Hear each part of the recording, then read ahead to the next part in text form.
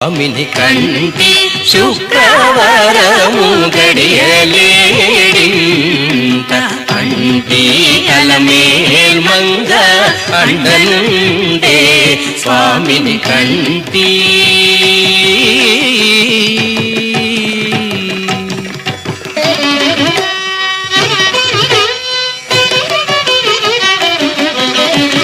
సొమ్ములన్నీ కడబెట్టి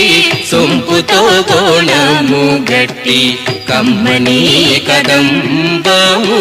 cup paneer చెమ్మతోన వేష్టుబాలు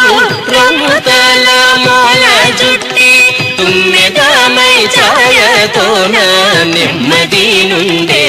స్వామిని కంటి శుక్రవారము గడియలే